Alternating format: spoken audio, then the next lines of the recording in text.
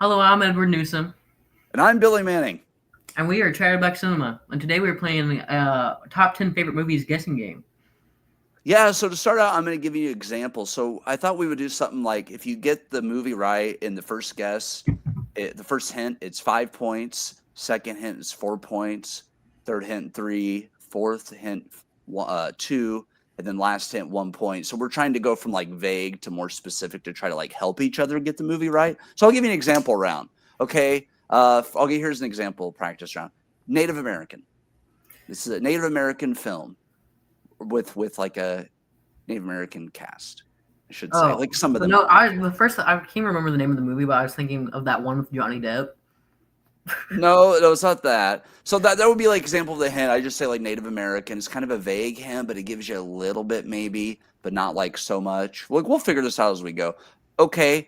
It has to do with the food chain. Food Like chain. like like it's a metaphor for the food chain. Like the title literally is about something with like part of a food chain. So if you think about like top to bottom in a food chain. It'd be. I like how in the example one, I'm pretty sure I've never seen this movie so far. Okay, let's think of it this way. You have like you have a hunter would be like the top, and then the thing it's chasing.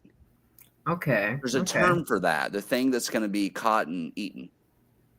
Like Predator? No, Prey. Prey. You got Hey. it. So see, that would have been you got it. So it was almost too vague maybe at first, but yeah, Prey is one of my favorite action films, Well, to and be this fair, is I like think we a were only on hint like 2 or 3, so I don't think we have to be overly specific by then. right, but it was just kind of like an honorable mention for me. I wrestled with this one because I Do watched I this get points for movie. it? That's what I really care about. Do I get points? Well, it was a practice round, so no. But Oh, okay. you would have Okay. gotten I would have given you 3 points for that one. So I just got gypped. Right, you did. You got ripped off, like we Yeah. most do in life. But no, that was a movie. Have you seen Prey? I believe so. I believe I so. really liked it because they actually trained with a Native American tribe for so many weeks and actually worked on how a tribe would have been in those times. So I thought it was a really cool film. See, that's really interesting. I just don't. I'm trying to think back if I've watched it. I feel like I have because Prey is a very familiar title, but I don't know if it's like. Do you ever watch those like YouTube videos of like where they like cover it and then you never Yeah, actually yeah, you never absolutely. actually watch it? I think I might have watched a YouTube video, but maybe you have to show me that movie. So basically it's a brother and sister, and the whole point, their coming of journey, they have to hunt something. They have to pick something to hunt, and the sister decides to pick something that will hunt her back. So they go up So against she a bad bitch. they go up against an alpha predator. So she a bad bitch. She is, and she was also in a film with God, what was the name of it? Novocaine. She played the love interest in Novocaine. And she's Amber Midthunder's name. She's kind of an up and coming. I would say though that Prey was like her breakout role. So that was just kind of a practice thing. I'll let you start since I did a practice. Do you want to do a practice first, or you just want to jump right in? I think we got it. So like, and also I didn't think of enough to do a practice one. So Cool. Well, give me, and these are in no specific order, guys. When we say this is our top 10, we're not saying this is 10 and we're going down to one. We're just giving it one off our list. I think how we talk about it, we're going to try to do it like one that we think each other would most likely know to ones we really don't know if the other person knows. Yeah, we'll Kind see of the how goal. this goes. I think I Kind have of the one goal. on here that's lesser known, but the rest of them I think are pretty well known, but we'll see. And Billy's in charge of the fucking keeping the score, so I might not even know what's happening. So I I'll might show be cheating here. I will give the credit after the question, like how many So points we'll you'll have have to to tell agree to me. it. We have You to all will agree have to to it. tell me if he's cheating because I won't know. I don't play with numbers like that. Yeah, show me what you wrote. Show me what you wrote. I have 99 points. No, Okay. I guess we better just get into it. So, number one, I guess, think of like very Victorian stylistic. The main antagonist there is very chauffeurish, if that makes sense. so Victorian style, you're saying? Well, like not like in the Victorian era, but the main how this very famous character is in like portrayed the villain. One of the most famous villains of all time is very, you know what I mean, elegant. Comes from money, and that's what Okay, he so portrays. elegant comes from money. Yeah. The villain, though. So the villain's like that rich, like I hate this person because they're rich, and they play it that No, I way. think that's one of the reasons why people are so charmed by him. Is his Okay. elegance and his brutality. Elegance and brutality. Django Unchained. No. Okay, okay. I was thinking DiCaprio and Django I Unchained. guess for hint number two, the main female lead is an FBI agent with a southern accent. FBI agent with a southern accent. Okay, I am doing terrible to start off here, and that is okay. But I cannot think of a FBI agent with a southern accent. This is, yeah, this is fun. There's an iconic line in the movie about fava beans and liver. I think that's how you say it, fava beans. Beans and liver. That was hint 3, and I'm still very lost. Okay, let's get more obvious, I guess. There, the main when the interview happens between this very iconic villain and main female lead protagonist, it happens between him in a glass box in a cell, while she interviews him about another serial killer. Zodiac. No. Okay. Number 5. I know this is probably gonna give it away. The main iconic villain is a cannibal. Hannibal Lecter. Yeah, but what's the movie called? You know, Silence of the Lambs. Yes, And there I you go. actually have not seen that one. That's one I need to see. Really? Yeah. It's one of the most iconic. I mean, Anthony Hopkins. That was really. I mean, he's so captivating in it. I love that they went and they did actually. The FBI helped them. I do believe like actually train like her properly. So like all the training scenes are actually done at their actual bases and things.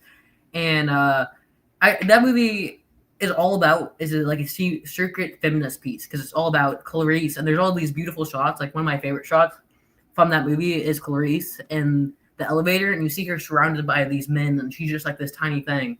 And it's all about how like women feel watched, and like in the scene with Buffalo Bill where he's watching her in the dark and just stalking her, and you get to feel that presence. And I think it really aided in male audiences' feeling of being watched by men. It's just one of the things I really love about it. I will have to check that out. That's one that I've been curious about. I just wasn't sure with having a cannibal how that was portrayed and if it was going to be like a gross out factor scene or if I it was will going to say be like pretty tame. what's so weird about it is a lot of the gore scenes are weirdly beautiful. Okay. Hannibal considers himself an artist.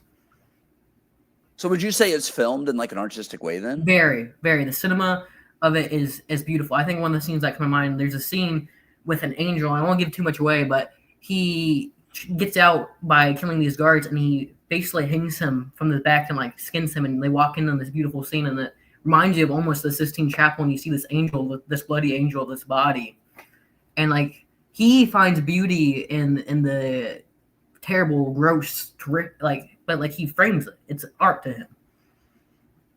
Okay. That I'm gonna have to watch this. So I'm writing. I'm also writing. I only got 1 point for that one, by the way. But I'm also writing down the answers at the bottom so I can actually keep track of like the films we talked about.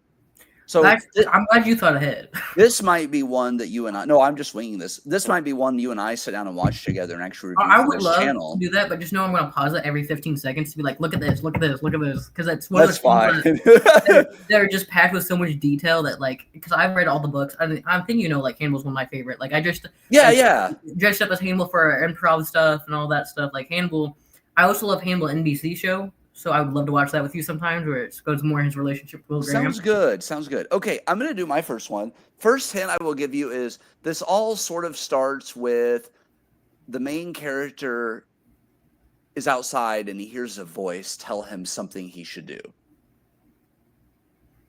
So supernatural, I'm feeling some kind of supernatural aspects. Okay.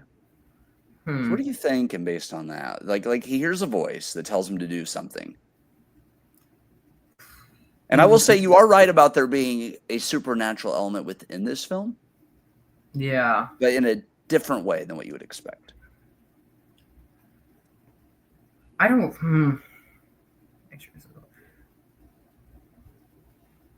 Probably is it one of the Exorcist movies? No. It's not. But I do like that you gave it a good. That's another one I need to watch is The Exorcist.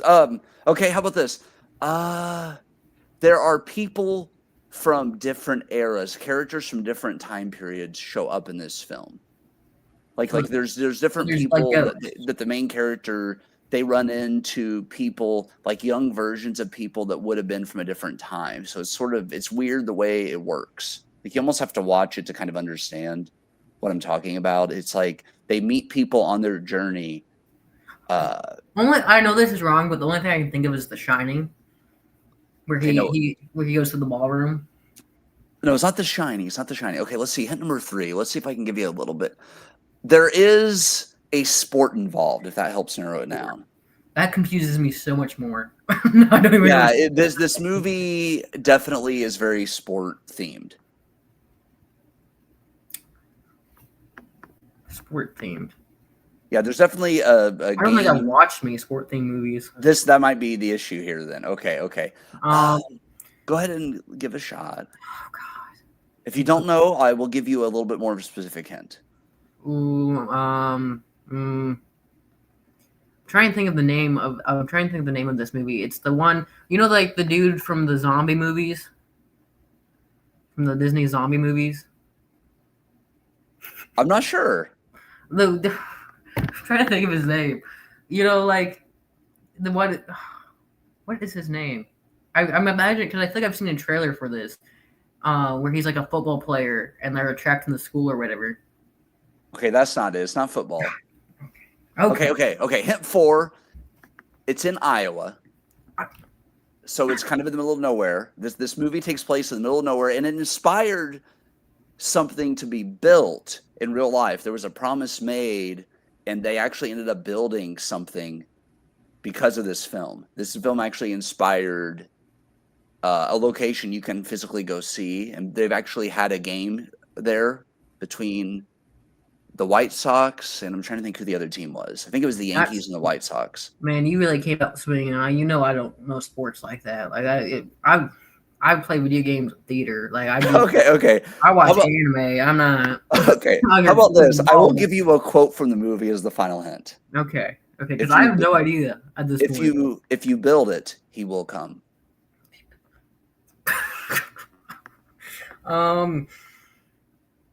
Sports movies. It's amazing. It's one of my favorite films. I didn't have to think about this one. This is one of those films that most father and sons would probably watch together. So I should call my dad and be like, "Hey, Dad, you didn't do your job. We didn't watch this movie, and you made me lose this game." Exactly. That's fair. God, I don't even. It also has a really okay. It's Field of Dreams. I've never watched that. I don't even think I've heard of that Field title. of Dreams is basically this man hears a voice in the field when he's working that says, "If you build it, he will come." And he gets tired of this, so he goes and visits a author who he convinces to go to a baseball game with him. And I'm looking this cast up real quick because I don't want to tell you wrong information. I hate giving people wrong. This was 1989. Okay, so the main character is played by Kevin Costner, and he goes and visits James Earl Jones, who plays author Terrence Mann. Well, all I'm hearing is I need to blame my dad because my dad loves football and we didn't watch this movie. So if this is a baseball film, I think you would like baseball? it because it's baseball. But it's really a great, heartwarming film. It's one of those films that's like a family film. Okay, so you didn't get a point that round, but I feel like you're going to make up for it later because some of these other films coming up are more well known. Fair enough. But you know, Okay, I'm always in the dark, demented shit. And you're always on like the feel good. I'm like, I don't even watch feel good movies. I have a balance. Okay, let's go with your second film. Okay, it's a movie based on it's a historical movie based on real people during the Holocaust. Real people during the Holocaust. Inglourious Bastards. No. Okay, it's not Inglourious Bastards. I got the first one wrong. So this movie, is a movie about a man who is technically part of the Nazi Party, and he works with he has this like factory where it's a work camp, and but he slowly like builds a connection with another man who is Jewish, and then eventually works to try to save a good amount of Jewish people, and is considered one of the greatest humanitarians to have ever lived. Okay. I think I don't know the name of the guy, but I think if this is the guy I think it is, I've seen a video where there was a guy who went to a theater and everyone who showed up in the theater were people he rescued. No, I don't believe so. Okay, that's not the one. That there was a guy that he had a theater full of people and he had rescued every one of them. Unless he did this without my knowledge, but no, because he. Now that I think about it, he actually himself. I don't think he was in a camp. I think he was. I don't think he was. Fun fact: what really makes me mad is this guy was actually denied to immigrate to the U.S. even despite his humanitarian, just because he was a registered Nazi, even though he did work against the Nazis from the inside. Okay. See, this one I probably haven't seen either. Then it's one. Okay, you want your next hint? Yeah, let's go with the third hint because the first two didn't really do it for me. It's directed by Steven Spielberg. Steven Spielberg, and I have seen some of his stuff. You know, one of the most famous directors of all time. Oh yeah, absolutely. This is probably one, depending on the time period, I might have seen a trailer. I just didn't get to it, maybe. I don't know. My first introduction to it was actually in school because they showed it, in history. They should. It's not. Oh no, that's not it. That's not it. Because that's the Vietnam War. The only movie that popped in my head was We Were Soldiers. I know that's not right because that's Vietnam. I haven't watched a lot of World War. I haven't watched a lot of the World War movies. So that's okay. Let me think. To give you this is a bonus hint because I won't consider it a full hint because okay. Know me. This is a movie I've talked about a lot with you, and it's the movie I cited as my reason for wanting to get in the film industry. Okay, so we've had conversations about it. Yes. Is this one of those conversations where we're both hyped up on caffeine, talking 200 miles an hour with a bunch of background noise? But isn't that every conversation you have? Yeah, you're not wrong. You're not wrong. God, I feel like I should know this because we've talked about it, and I know we've talked about quite a few films, but if you talked about a film repeatedly, I feel like I should remember it, but I can't say that I do. You can just say you're not a good friend. Yeah, I can be kind of a jerk sometimes, I guess. Do you want me to go to your next hint? There's a film I'm picturing a cover, but I can't think of the name. I'll wait. Just let me know. I'm just gonna say The Great Escape. Nope. Okay. Okay, so there's an iconic scene, and the poster has this as well, of a little girl in a red dress. It's a black and white movie, but the only color in the movie is the beginning scene where it turns to black and white or whatever, and then the girl with the red dress, and on the poster, it's hands reaching for each other, and you can see the little girl's red dress. Okay. I don't think I've seen this film. I really don't. I know you've talked about it because some of this is sounding a little bit familiar, but I still can't think of the title. All right, last 10. If I can't get it, then we're just going to say I didn't go get any points this round and go on. So I'll give you a double-edged hint. And I will cry myself to sleep later over this. I'll give a double-edged hint just because you seem to be struggling a bit there. The movie's title is the man's last name, and it does start with an S, and his first name is Oscar. It's not Schindler's List, is it? Yes, it is. There you go. Okay, I get one for that. I don't know why. That's one I have not seen. It is well regarded. It's talked about quite a bit. It's, to me, probably one of the greatest films to ever be created. Do you think that's one we need to watch together to be able to? I definitely do, because I think if there's any historical films you're gonna watch, that is probably the most important. Not only did watching it make me want to get interested in the film, it literally changed my perspective on life. There's so many great messages, and the fact that it's a true story.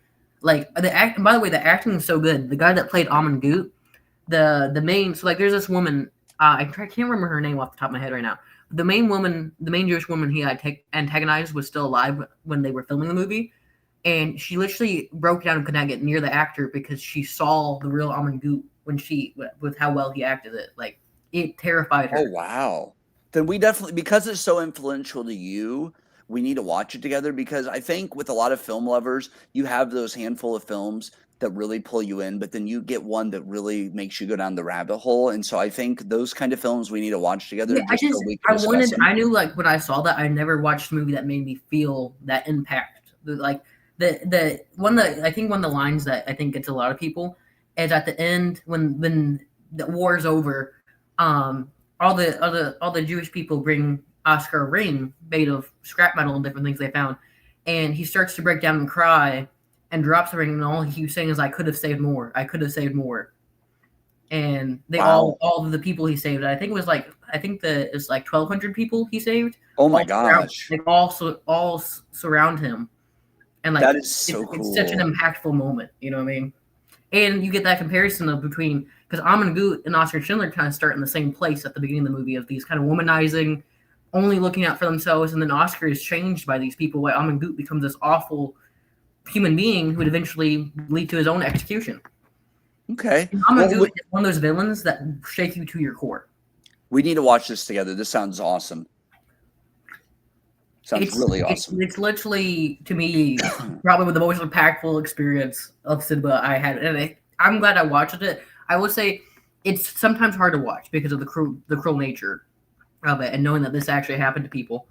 But I'm so grateful I watched it so young in life because it made me a more aware person of like both politically and empathetically because it just hits you where like this could like they're all normal people, you know.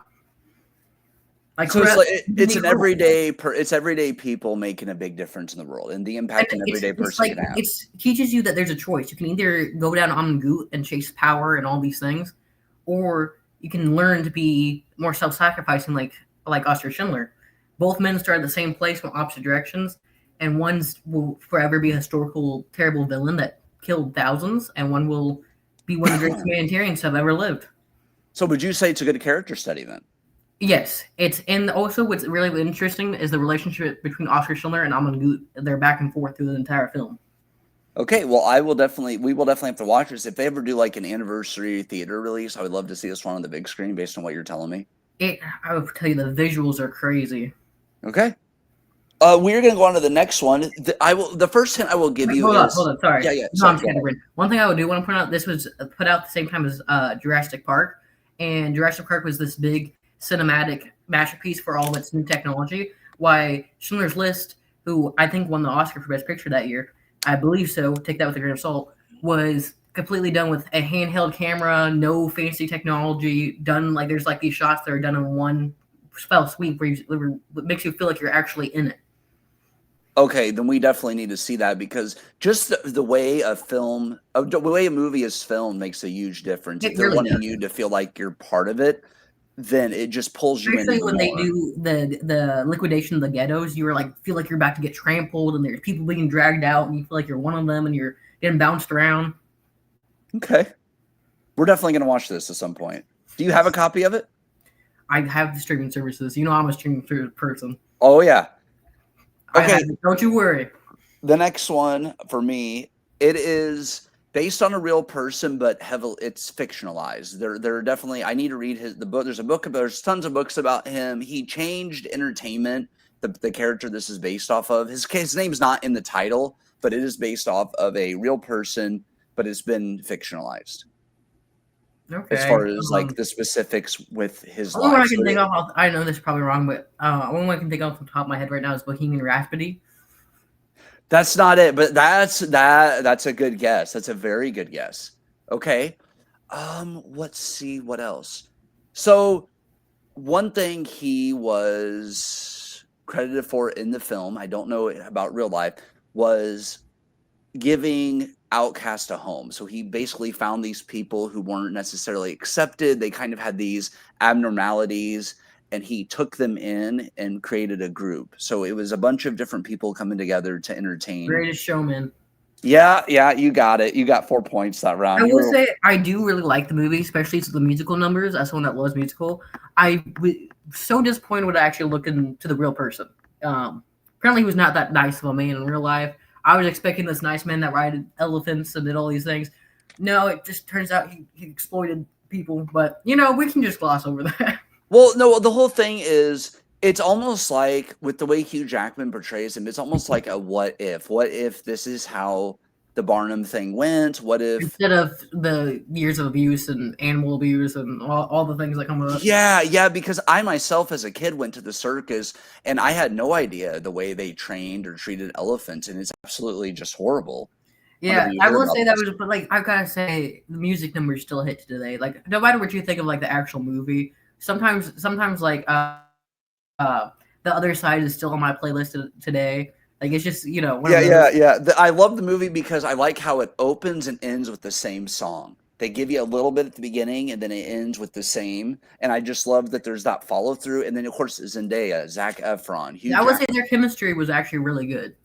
It was, and did you know this? The woman that played the bearded lady, she actually had a stroke during a live performance and Oh, finished their song with while having a stroke, and then they were able to get her medical treatment, and she was able to recover. But that was something. She's also in Wicked, I very will say the briefly. one thing I wish they would have done a little bit different because of the historical context.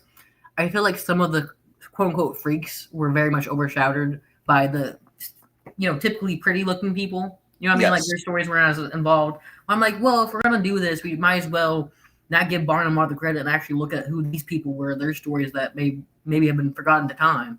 I think if they were to do a show based on the real people and focus on, you have an episode for the bearded lady, you have an episode for Oh yeah, I think that'd be a each great person. series as well. Yeah, so it gives you a possibility of what could be, but the soundtrack slaps every time. Those songs. There's a couple of them maybe I don't like as much, but overall, that's probably one of my favorite movie I would soundtracks of all say time. like Rewrite the Stars when you're on a date night, the slap. Yeah, or like kind of like a what if in your head, like what if the relationship goes this way? Like it's just sort of a I don't know. I really enjoyed the song for that. I think that's one of my favorites. Is whenever Efron and Zendaya are singing that, there's a lot of power to the way they sing it to each other. Yeah, Because it's I really like I think. because she's like, "I want this, but I can't have it because of my color." And Mhm. he's sort of like he has to let go of what his family thinks of him. So it's really interesting. Did you know? I'm trying to remember the. I think the song's called "Never Enough." Did you know the actress isn't actually singing? We had another. She was dubbed over. I did see where the original singer for the song was America's Got Talent or The Voice or something like I that, think where she so. Yeah. actually sang it, and I thought it was beautiful, but I did not know that until I saw that clip because, yeah, it's really interesting that they dubbed over it. So And I we're like that they glossed over the fact that like in real life, H. Allen Barnum like just harassed this woman. There was like one yeah. period, like in real life, he just harassed her. Like she was low key, like, can I get like I don't know if they had restraining orders back then, but they're like, hey, you won't leave me alone. Like, what is his issue? I don't know. I Yeah. thought that very funny. Okay, You're up. Number 3. number three. I wanted to get one where like you'll actually know it. Trying to think of one like, because like I thought I was picking good movies, but then I don't realize I watch a little bit of this, a little bit of that, but there definitely seem, and as you see my list so far, you have a baseball movie and a musical. So it's my list is going to be a little bit diverse. mm-hmm. Okay, go Well, ahead. okay. What do you got? Um, try not to make it too obvious. Uh, because I feel like you're gonna absolutely know this one. Scissors. Edward Scissorhands? God damn it. No, can you talk about why this is in your list? It's one I was trying to go through Burton because we both really like Burton, and I wanted to pick one that I didn't think would be on your list, but one I really enjoyed and one that I remember a lot growing up. Like I watched a lot with my mom, so there's a little bit with that sentimental factor, Uh-huh. and it's one of those movies that are just so Burton-esque. You know what I mean? Yeah, and I've only seen this. Ironically you say that because I'm getting ready to watch this tonight because it's one I've only watched once or twice and I want to rewatch it. But I remember it just being so unique. And Burton to me is kind of like the voice. Like he doesn't have an official name for his fans, but I feel like if he did, it would be Outcast. Yeah, Like and like I just really connect with Edward Scissorhands as a character, like the underlying metaphors for everything. You know what I'm saying? Like it caught me at a time where I was like in a rougher space, and Uh-huh. I just really, there's something so vulnerable about him, if that makes sense. Well, at first, when the movie goes, you're like, "Oh, this guy is just sweet and unseen, and he just needs someone to like connect with. Yeah, He needs a friend or something." That's how I saw the beginning of the film. it was sort of a metaphor for Burton because he talked about when he lived in California, his neighborhood was all uniform. So he said he had a blank canvas, and that's how he became creative. Was he would like draw these pictures, like come up with these stories. I connected with that because, like, as you know, I'm from like a small town, and I've never really felt completely fitted into the mainstream or status norm. And here was this character that was this quirky kind of guy in this kind of blank suburban hood, you know? Yeah, exactly. And it just makes you. It opened my mind up to these type of films. I think this might have been one of the because I had seen some Burton stuff, but for some reason this one stands out to me a lot more than some of the others. And also, my name's Edward. His name's Edward. Right. I love the movie though. Okay, we'll keep moving here. The next film I have, let's see. I'm trying to think of how to like make this ostriches. There is a scene, stupid llamas, but it's actually ostriches. The characters are just kind of dumb. So they call it, one of them thinks it's a llama, but it's actually an ostrich. Not Napoleon Dynamite, is it? No. Tina, come get some ham. No, it's not Napoleon Dynamite. It just sounded like I haven't watched Napoleon Dynamite in so it's long. your own tater tots. God. But like, it's just one of those things I can totally see being a Napoleon Dynamite. Okay. This one, because I got one pretty quick, I'm going to try to give you a little bit of a better hint and not make it as vague so we can keep it somewhat close in score because I'm technically only winning by 1 point. You're telling me you're getting cocky. No, I'm not getting cocky. I just want to give you a fair shot. Mm-hmm. So yeah, that definitely makes me sound cocky. No, okay. At one point, the two main characters get matching, or they get tattoos. They're not matching, but they each have one word on them. So they get tattoos. Dude, what's mine say? Sweet. What's mine say? Dumb and Dumber? Dude. No, but you're on the right wavelength. You're on. Getting closer. Okay. It's about two stoners that wake up with the fridge full of pudding and they don't remember the night before at all. They do not remember anything from the previous night. They have a fridge full. You said stoner. I feel like I should just know it, but then again, I watch stoner movies when I'm stoned, so I might not.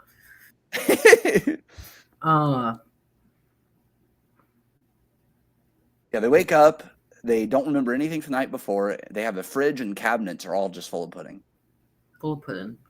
Yeah, they have pudding cups everywhere, and they are coming back. They are coming down from the highs. I remember stoner movie names. Like for me, stoner movies are something I usually put like in the background of talking with somebody when you're like going through a sesh together. So like I never actually pay attention. Oh, this is a movie my buddy and I when I was young. We watched it every week for about a year and a half.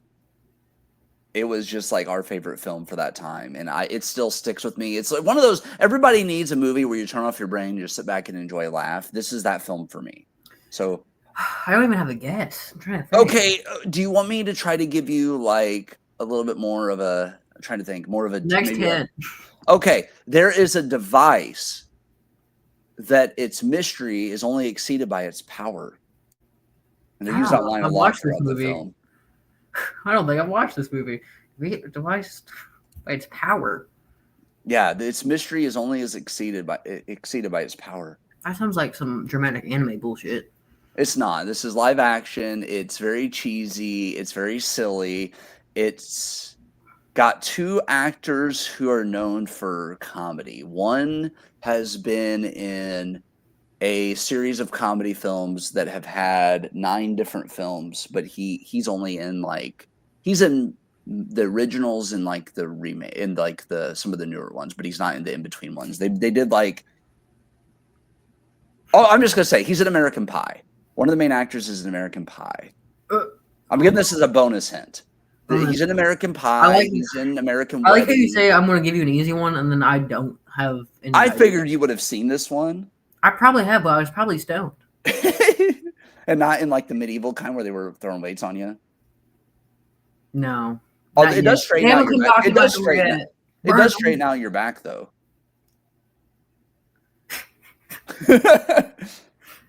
I guess next thing, because I don't even know. All right. A very famous scene that gets quoted a lot is they go through the drive-thru and they said, "Hello, may I help you?" And then when he starts ordering, he keeps saying, "And then." This is a movie that we've talked about. Probably not. Gosh darn it. Diggity damn. And then when he punches the speaker box, I will not play your Chinese mind games. And he punches the speaker box, and then you hear, and then as the speaker box continues to work somehow, even though it's I know I've seen that scene, but I feel like I've seen the scene on like YouTube Shorts or something. Probably. It's one of those like frequent ones you would see on YouTube Shorts. But I don't think I've watched the movie. Okay. So You get one final guess here if you think. Throw a title out, even if it's wrong. That way you at least can attempt to. What's that one movie called? Dazed and Confused? Okay. No. Okay. The movie is called Dude, Where's My Car? No, I was nowhere close. Ashton Kutcher and Sean William Scott's in it, and the whole point of the movie is for them to retrace their steps. In the meantime, there's the Continuum Transfunctioner, which there's a bunch of different groups of people, and there is a scene involving 5 women fusing together. And one of my favorite lines is the son says to the father, and he goes, "I want to go on that ride, Dad." "Me too, son. Me too." Like it's one of those. That's the one that you're gonna have to watch with me. Yeah, it's so funny. It's stupid. It's only like an hour and a half, so it's one of those that just flies by. Okay. Yeah, a lot of my movies, I'm gonna be honest, go on for fucking ever. You're up next. What do you got? All I know is I gotta play defensively now, and I gotta think of one of mine on the list that maybe you won't get because we're still pretty close. It's 6-4, and I'm only up by 2 points, so it's not like it's a big lead or anything. Still, I gotta make sure you don't get this one. Damn. Gotta have some competition. It's another serial killer movie, and he's the narrator, and it's from his perspective. From his perspective, serial killer. Trying to think of a serial killer movie with the perspective. There's a title I'm thinking of because I know this is where I get American Psycho. No, not American Psycho. For some reason that title came into my head. I haven't seen it. I've talked about American Psycho quite a bit, but this is not American Psycho. Okay. Okay. You want your next hit? Yeah. Okay. The book Dante's Inferno is referenced throughout, and he believes that he is talking to Virgil, a character from in the book of Dante's Inferno. But in his head, like he's not actually there. Like it's Angels and Demons? Huh? Angels and Demons? Nope. Okay, I know, because I've seen that. That didn't happen. I don't even know why I said that. Just because you said Dante's, and I... Okay, so we're talking about Layers of Hell. Yeah, well... Like that. But like, keep in mind that it's psychological. Like, it's not actually happening. Okay, go to the next hint. Let's try this. I probably haven't seen this one. This one has a lot to do with architect. Like the main serial killer is obsessed with architect and building. Obsessed with building. Saw? Nope. I was thinking building traps maybe, but that wouldn't be quite architect. I really don't know on this one. Okay, let's go to hint 4. Hint 4. I don't think I've seen this. I'm trying to give you one that would be a little more clear. This movie was also, I'll give you like, this is kind of another double kind of one, but this movie was really known like for its kind of outlandish gore a little bit. Like there is a child death in it, and that was kind of controversial when it came out. And it's he basically tries to take the bodies and build a house out of the bodies of the people he's killing. House of 1,000 Corpses. No. Okay. I'm just throwing stuff to the wall right now. Last hint. So the main character is named Jack. Main character. The serial killer's name is Jack. Jack and John. His name is in the title. His name is in the title. Okay. Jack the Ripper. No. Okay, what the hell is this? The house that Jack built. I have not heard of that one. It's like it's a little bit indie. It's a lot more popular now. It kind of a cult following. It's a really more of a character study. You really just stay with Jack. There's no other character really, like other than the people that goes through his life, and you go through these different incidents throughout his life. And he talks to Virgil. It's basically his consciousness in his head. And okay.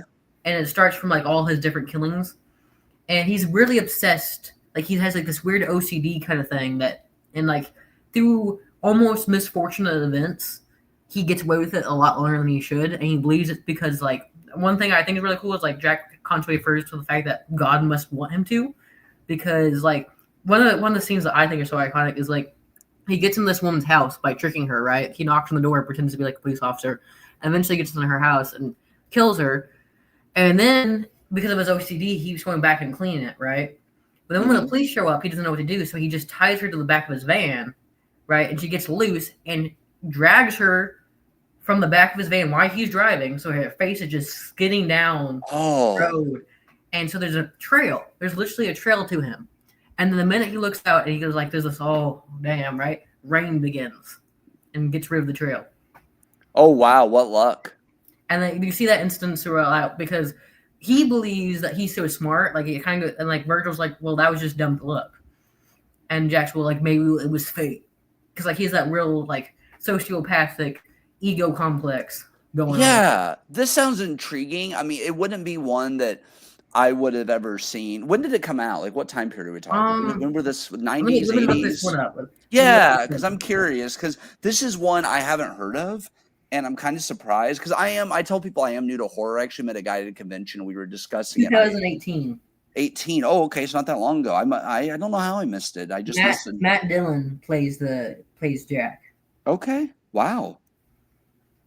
And I love that, like, I love the references to Dante Inferno, like, so much, like, and he in his weird craziness, he really believes, like, he's speaking to Virgil at the end of his life. This sounds really interesting. It also is like a character study to look at somebody who really believes they have. And the ending is so obscure, like, you don't really know what happened by the end of how things ended, right? You can only just kind of infer. So it's like you have to figure it out yourself, and I sometimes like those like, whenever you have to guess. That, like, you can't trust his own narrative, right? Because he has like a delusional version of himself. And like there's nobody else. Like he has conversations with his victims and things, but he really has no relationship. So the only voice you really mainly hear is his own. Like he narrates it all, and there's really like not much character interaction because like he's completely isolated. So you really puts you in the mind of just him. You're viewing everything through him. Through his lens. Obsessive. Yeah, so it's a very unique movie because you're looking directly through how he sees the world. It forces you to take his mindset on. Okay, I like that. I see why you like this film. All right, my next one's more mainstream. I'm going to try to give you... Okay, here's a quote from the film. Guy in the chair. Guy in the chair. Guy in the chair. Guy in the chair.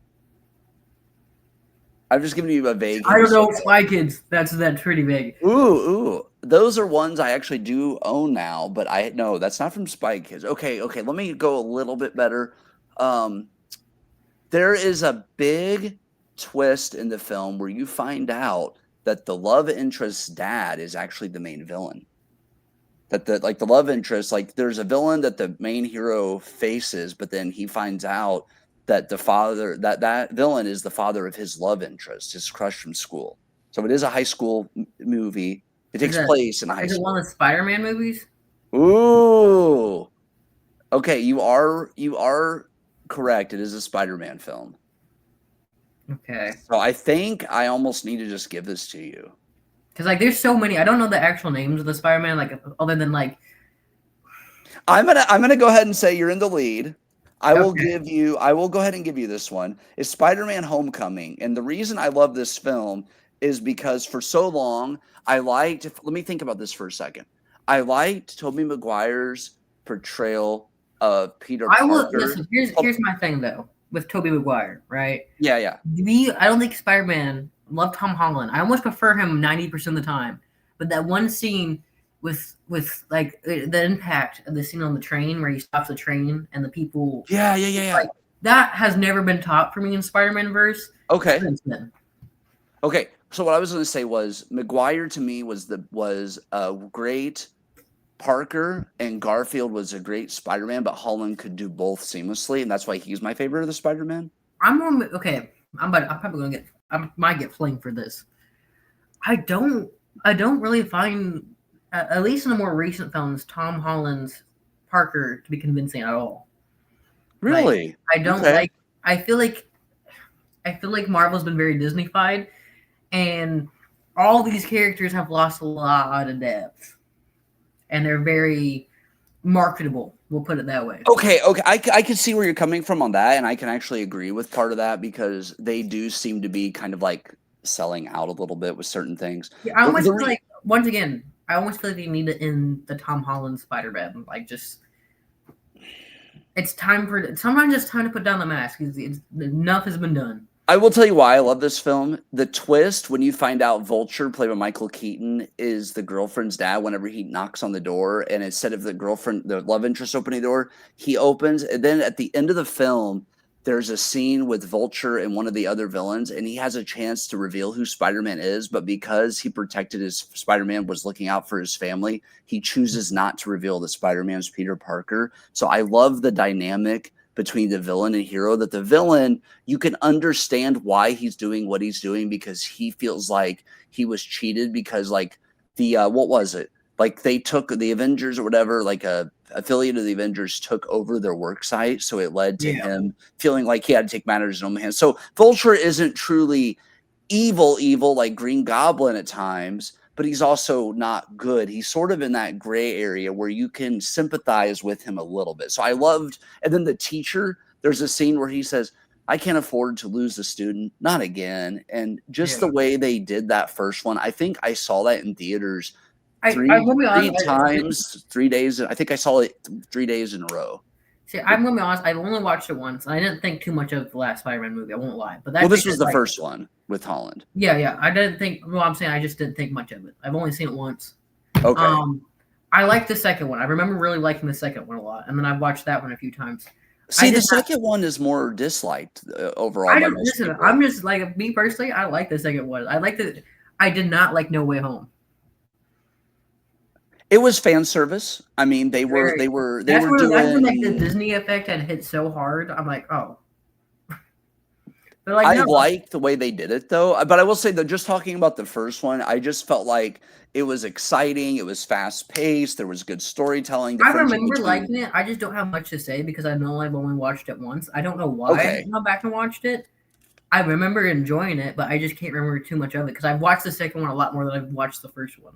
And I'm the opposite. I think I saw the second one twice or 3 times, but I saw the first one 3 times in theaters. And then when I bought it, I watched it a few more times.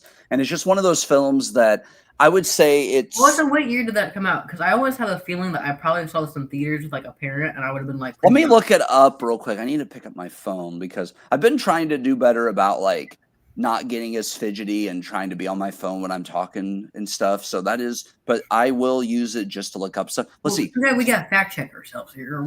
Spider-Man Homecoming came out in 2017. Yeah.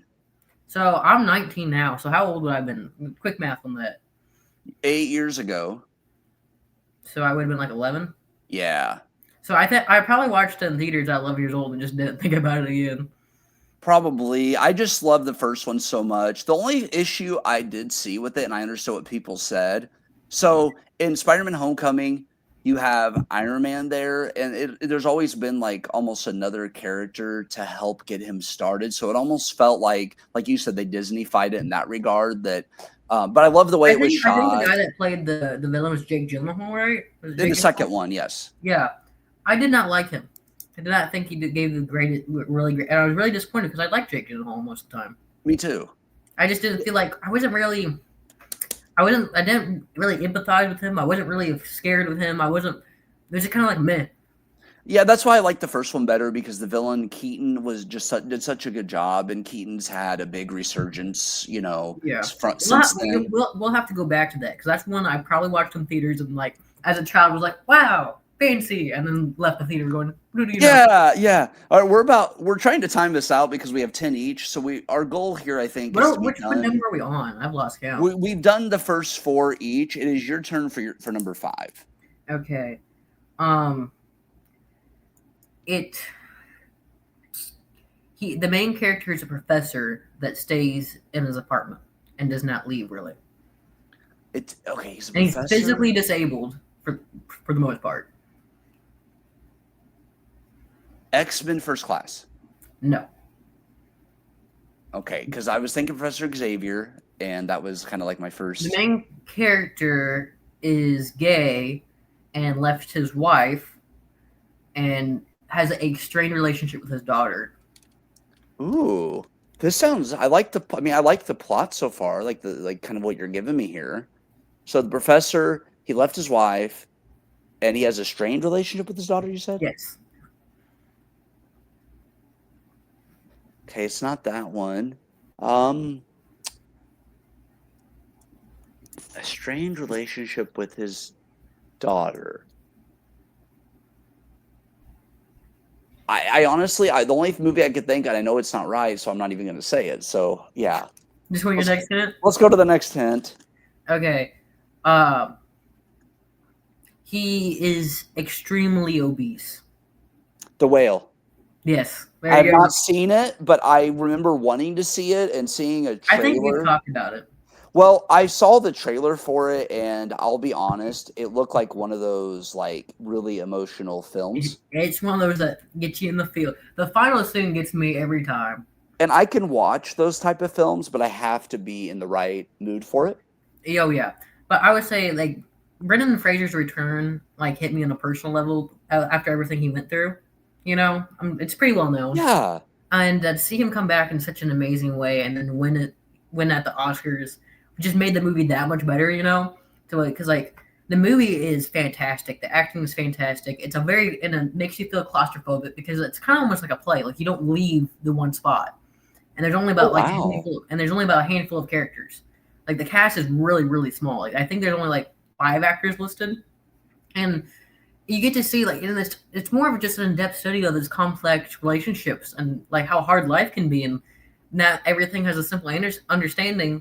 And learning to forgive, like his daughter, eventually learns to forgive him, and it's not a perfect ending, but it's life, and It feels real then. It's one of those it feels films very that real. It feels feels like these real. people could exist, and watching him struggle with his weight and his emotions, and watching his caretaker, who's also his best friend, be angry at him, but also at the same time not wanting to blame him, because his caretaker is the sister of his ex lover, who was. It suggested in the film that he was murdered by the church that their dad was the pastor of. Oh It dang. was hate crimes, and then you get like there's just so many good things. It talks about struggle with religion, talks about acting out, like how teenagers act out, her hatred towards her father, him trying to do his best, but because of how severely disabled he is, and then also the complex emotion of like, can she be angry at him for leaving her mom? Like what like you even get to see the mom and like he he's a flawed character, but he's not evil. None of these characters are evil or bad people. They're just very flawed and in a shitty situation. All of them. So do you think it's a character study where they're looking at how decisions can affect your life drastically? Like, I think it's a lot of things. I don't think it's just about decisions that affect your life. I think it's about outside factors and how to deal with these different kinds of trauma. Each character has their own very specific trauma that has happened to them. It talks about loss. It talks about learning to love again. It's talking about strained relationship. It talks about what religious trauma can look like. What why he and then really what I like it explores why he can't stop eating even though he knows he's going to die. right. And if I remember right, I think Sadie Sink was in this as well as the Mhm. daughter. And she's an excellent actress. She's one that I think anything I've seen her in, like Stranger Things, Fear And she Street, really Part delivers. Two. She really really delivers. I need to watch this one. This one's been on my radar. I don't know why I haven't sit down and watched this yet. It's one I would like to get a copy of and watch. Do you have a copy of this or do you have access to it? I have access to it. This We'll always have to just been my watch it. visual streaming service because it's one of those films that like it it leaves you with a lasting impression. And I will say though it's a terribly sad ending. It doesn't leave you with the gut like that. It's gut wrenching, but it's not hopeless. The hope is there. The hope is strong. The light of goodness is there. Okay, I like that. So even though bad things happen, it's still you can learn something from it. You could take And something you're left positive from it. knowing that these characters that are left, all these characters and what they've experienced are probably going to be better off now, and that they've in some way there was a conclusive end for them. I definitely want to watch this with you at some point. All right, we're getting because we want to be done with 5 movies by about the hour mark. So this is my number 5, and once again, not in order. This is one I grew up with. It's one that my dad showed me. I'll tell you this: the events of the movie take place over the course of Devil's Night into Halloween, and then it follows the next year on the same nights. So it does take place It's not during. Halloween, is it? No, it's not Halloween, but it is a Halloween. People normally would watch this. So that was a good guess. Okay, but let me give you another hint. The movie, although that gives it away.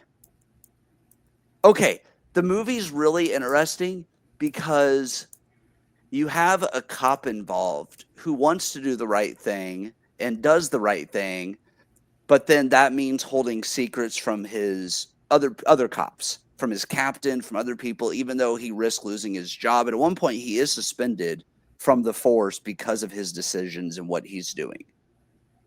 But he's not he's not the main character, but he plays a huge supporting role. And he's probably one of the most likable characters other than the main protagonist. But I would say one of the bigger characters is a police officer. And this is about a tragic tale about two people. And he is trying to help a guy find closure, but also stop some bad guys from carrying out what they did to them and doing it to somebody else the year previously. It's not Trick or Treat, right? Like I'm No, but you're still along the right lines. Let me give you this hint. I'm trying to think of iconic horror. Okay. Do you want me to give you another hint? This one's better. A man and a woman are engaged. They are set to be married on Halloween night.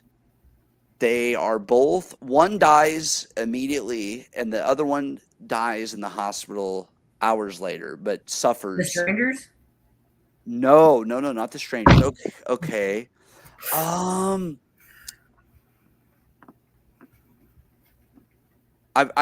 you know what? I'm pulling the quote up because I want to read this because this is one of the most iconic quotes for me, at least.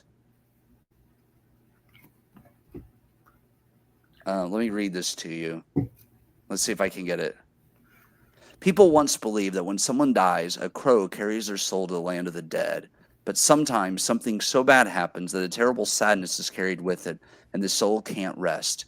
Then sometimes, just sometimes, the crow can bring that soul back to put the wrongs right.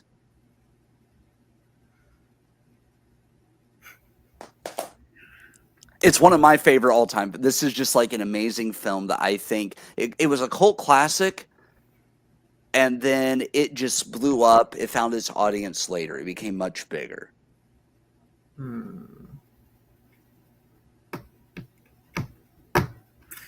Has something does crows play a big part of the metaphor? Does what? Does crows play like a big metaphor throughout the movie? Yes, they are. There is an important one throughout the film. What hint was that, by the way? I'm trying to think where we're at. 3? I think you've had 3 guesses, right? Or if you did 2. 3. This is hint 3? Yeah. Okay. Next hint. That's all I gotta say. Next hint. This involves a man dies, and after the couple dies, a year later, he comes back from the dead, and he's gonna kill everyone who wronged him and his fiance. So it's a revenge film. Sweeney Todd? No, but you're along the right lines. Okay. I feel like I'm going to see every iconic horror movie ever. When the man comes back from the dead, he can touch someone or something, and he can see some of their memories of like what happened to the couple. So like whenever he touches somebody, he touches their hand. No, that's not it.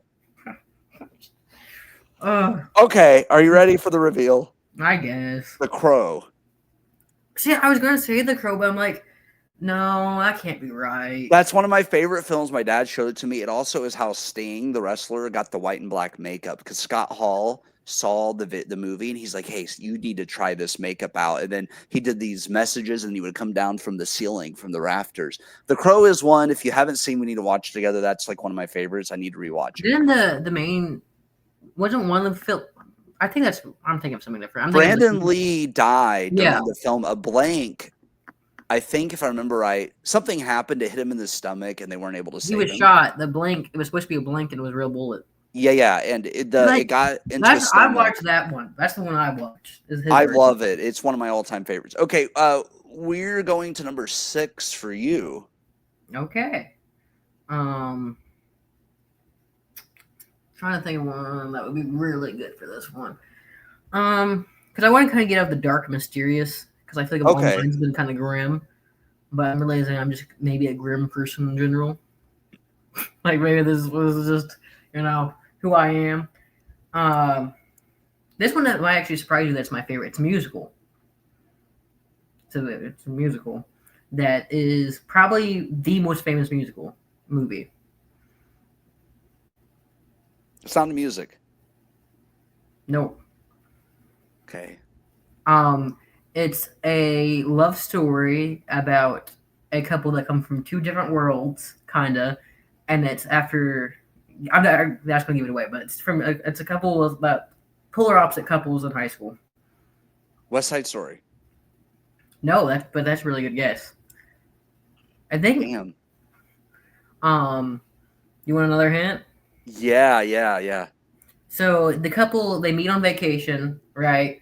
And then they go back to school, and she's from Australia, and so they didn't think they'd ever see each other again. But when school starts, she is like a foreign exchange student or something, and they kind of have to adapt. And one's like more bikerish, and one's a little bit more preppy.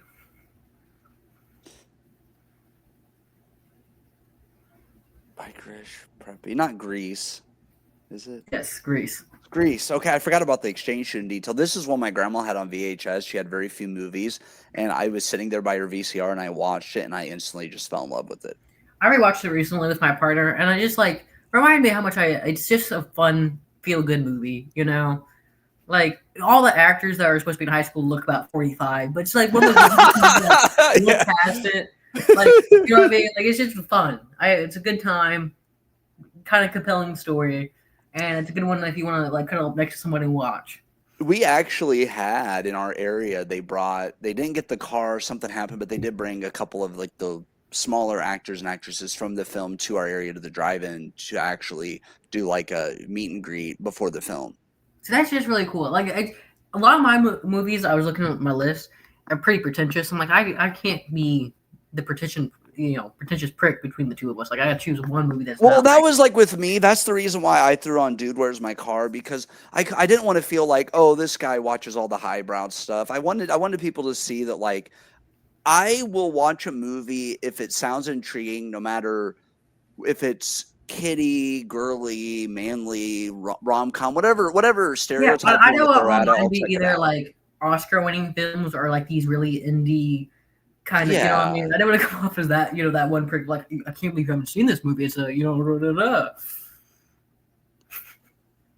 Are you ready for the next one? I guess so. I feel like I'm getting my ass kicked. No, What's the score? I'll tell you what. Yeah, it's still nobody's miles ahead or anything. Okay, So what's it's the still score cool. though, Billy? You have 8. Okay. I have 13. Okay, so a little bit of a mile there. At least If you get one film, if you get this next film in the first guess, we're tied. That's how close it and we is. both know that's probably not going to happen. This film takes place in Vermont. Small town. Think small town. It's a small town in Vermont. I don't know. They made movies in Vermont. Yes, I've actually been to this place. I don't think we've had in-depth conversation, but at some point, if we watch and review this film together, there's going to be I'll have to tell you the whole story of like everything with this town because it was so cool. It's in Vermont. Vermont. Vermont. So think small town. It starts out. Let's say, how about this? It starts out in a small town. The camera comes in, and it's kind of like it shows the town like going overhead. Is like the opening shot of this movie. Not Beetlejuice, right? Damn it, you got it. Thank God. Yeah. Tell you what though, like, dude, like, look at if I get too close to the camera, I'm just a ghost. So my next hint was gonna be that originally when people saw this film, and I watched like some YouTube stuff, these people that went to see these film critics, they thought it was gonna be about a couple fixing up an old house. Mhm. until it gets to the twist of them dying. By the way, I've been to this town. The water under that bridge is about this high, so if they drown, they're idiots. But the water could have been higher back then, so Should we do like the because like they just remade that they did another movie we could ride bikes. Wanna go ride a bike? Me in that town, like in the opening scene. the what? The bikes? Yeah, you know how like in Beetlejuice 2 that she's riding the bike. Can go Take ride it? Yeah, bike? yeah, yeah.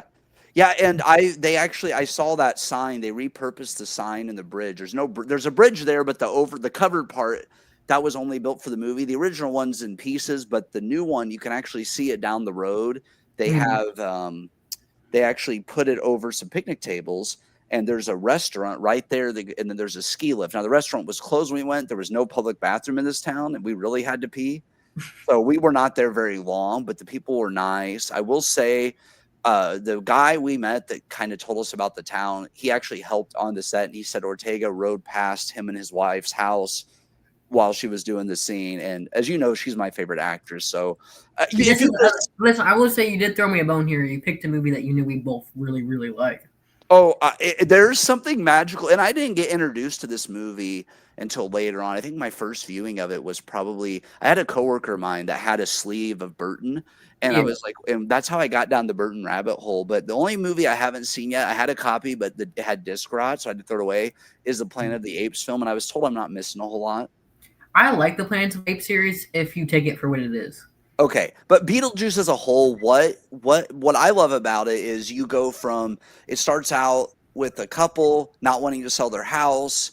There's Mhm. actually a twisted theory that like somehow the murder was planned or taken. I've seen all kinds of theories. All I'm gonna say though is I swear that movie kind of started the Manic Pixie Dream Girl genre forever with the fucking micro bangs and everything else. I love it. It's The Keaton's weird at his girl best. aesthetic was just like so Wyoming Ryder, and Wyoming Ryder is probably one of my biggest celebrity crushes of all time. And so like, Really? oh Okay, yeah, yeah. Even today, like even I can still, see it. I can see it. and like she just brings that whole weird girl character like such a cool quirky light, but she's kind of a badass. Like she holds her ground. But I'm gonna be honest, like maybe this is a controversial opinion. I kind of wish Beetlejuice and her would have got married by then. Actually, Winona said herself she was kind of hoping it would go that way. I actually did too, because if you think about it, at Because least, Beetlejuice is kind of anti-hero. Like I know he's almost like the main villain, but like I don't know. I love well, him. in the first one, he's kind of the villain. The second one, though, he's He more of was an not. anti-hero. I would say that at least he's not fake. He's Yeah, very straightforward about his intentions, and I think that those two would actually be good for each other. Because the they love bring. interest in the second one, they did a good job of making you want to punch him in the face. Yeah, and like Rory, I just want her to be able to be weird, and he's weird too. Like let them be weirdo couple goals, you know. most people don't pay attention. Most people ignore the strange and unusual. I And like am they're strange like and they like unusual. weirdly like even though they like pretend they hate each other, like their weird back and forth game is so fun. Could you imagine a marriage full of that? Yeah, they would have a blast, and I think Ortega's character would actually be accepting of it, because I like the second one a lot because it's about family, the women, the three generations going through trauma, loss, the Hmm. stages of grieving, how all of them are handling it differently. And by the way, the scene where she's riding the bike is in Vermont. When she crashes through the fence, they couldn't find a house, so they had to go to Massachusetts for that And I'm scene. glad they killed the dad off because like you know what I mean, like to get rid of that actor and a sleight of hand way where you don't even get to see him, you know. Oh yeah, yeah, the grandpa. Yeah, I get what you're saying. But yeah, Like I found. because like that, I'm sure you know what happened with that actor. Like, and, Yeah, like yeah. having him die how he did, so you don't see his face, so you don't have to cast him or even give any mention of that dude. Like, be like, you know what? He doesn't even get a face in this movie. Okay, Yeah, fuck you for being a yeah, weird pervert. exactly. It's a way to do it the right way without making it weird or awkward. It felt natural the way they did it. And the whole sequence of the airplane thing, that was based on a nightmare Tim Burton actually had. That he was on a plane, he survived the plane crash, but then he gets eaten by a shark. Like, I love that maybe Tim Burton like had this terrifying nightmare, and he goes, you know what? I think I know somebody who would deserve a fate like that. And I've talked to you about this. I've thought about it. I want to do a home theater that is Burton based, more around the Beetlejuice theme. And I know you like to do DIY stuff, so that's something down the road with like a future house. You and I think could just put our brains together and just see what we can come up with. We talk about this instant, and I'm down. Oh I'm ready. yeah, we'll No have team. fun. We'll have But fun. But yeah, I love this film. For me, it's just one that was a no-brainer. Okay, what's your number 7? Well, don't tell me, obviously. But what's your first? What's your first? Yeah, yeah. Give me the 5 points, damn it. no, No, no, no, what's your? no, no. You don't get none of that. I don't. Have you watched too much anime though? I am very selective. The one show that I've watched quite a bit of that I like is Fairy Tail. I need to actually get back to it. And I've watched a couple of the Studio Ghibli films, but my anime knowledge, if it's actual anime, I'm very limited on my knowledge. But I do watch a little bit. Okay, so my hints are gonna be kind of obvious, and I hope that maybe you've just heard of it. Okay. I don't think you've actually seen it, but it is. I can't not put it on the list. Okay. So it handles like topics of like suicide and mental health and these teens, and it has a relationship between like the main girl and this guy, and like goes over like bullying and all that stuff. And it's very very well known for its topics of like dealing with depression. Not Death Note, is it? No, and it's a movie. It's a movie, It's a movie. and it's animated. Okay, it's an animated film and it gets into heavy topics. And there's a cast of like teenage characters. Hmm.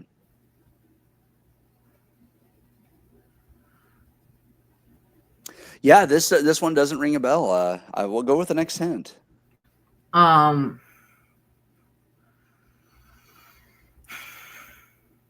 there's so like there's what some of the famous scenes of like the main character is like seeing people with like how he visually sees the world, right? Is like things over people's mouths and stuff. Like there's a big emphasis on silence, on being silent. Big emphasis on being silent. It's in the title. It's in the title, okay. It just got really silent. Awkwardly. Uh, Yeah, this is probably one I don't think I've seen it. I don't know if I've seen a trailer for it either because I have friends that are big into anime. I had a coworker of mine, a buddy of mine, really. That's all he pretty much watches is anime, and if he's not watching anime, he's reading manga and he's like getting into that kind of stuff. So it might be one that we've discussed. Go to the next hint. Let's see if I can figure it out with this next. okay, I'm literally looking it up so I can accurately describe this as much as possible because I know you probably not watch it, but you probably have heard of it. So just Okay. know I'm trying to my best here. Okay, that's fine. That's Not fair. trying to throw you off. It's about like when the characters have a disability, like she a hearing impairment, and she was bullied, and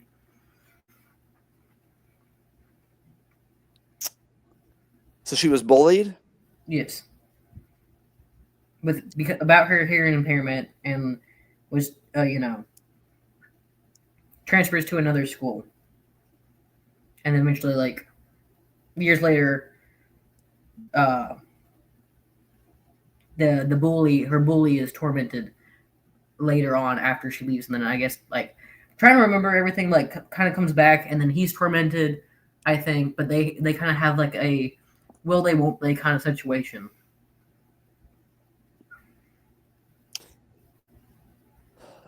A silent tale. I'm just thinking the word silent right now. That's the only thing I can come up with. That's close. That's close. That's close. There, it's the silent something, or it's a silent something. A silent voice. There you go. There you go. Since that first guess was wrong, I'm just going to give myself 2 points on that one. Because even though it was only the third hint, because I guessed a title, then you said no. I'm going to go ahead. We'll count that as a hint because that was a pretty big hint. Yeah, exactly. So I'm going to go ahead, and you said it was called A Silent Voice. I don't know how I haven't seen that one. Anime is one of those that I love, like a lot of the messages of anime, Japanese culture, that kind of thing. Now, is this a Japanese film? I believe so. Okay. What is it about this that you like?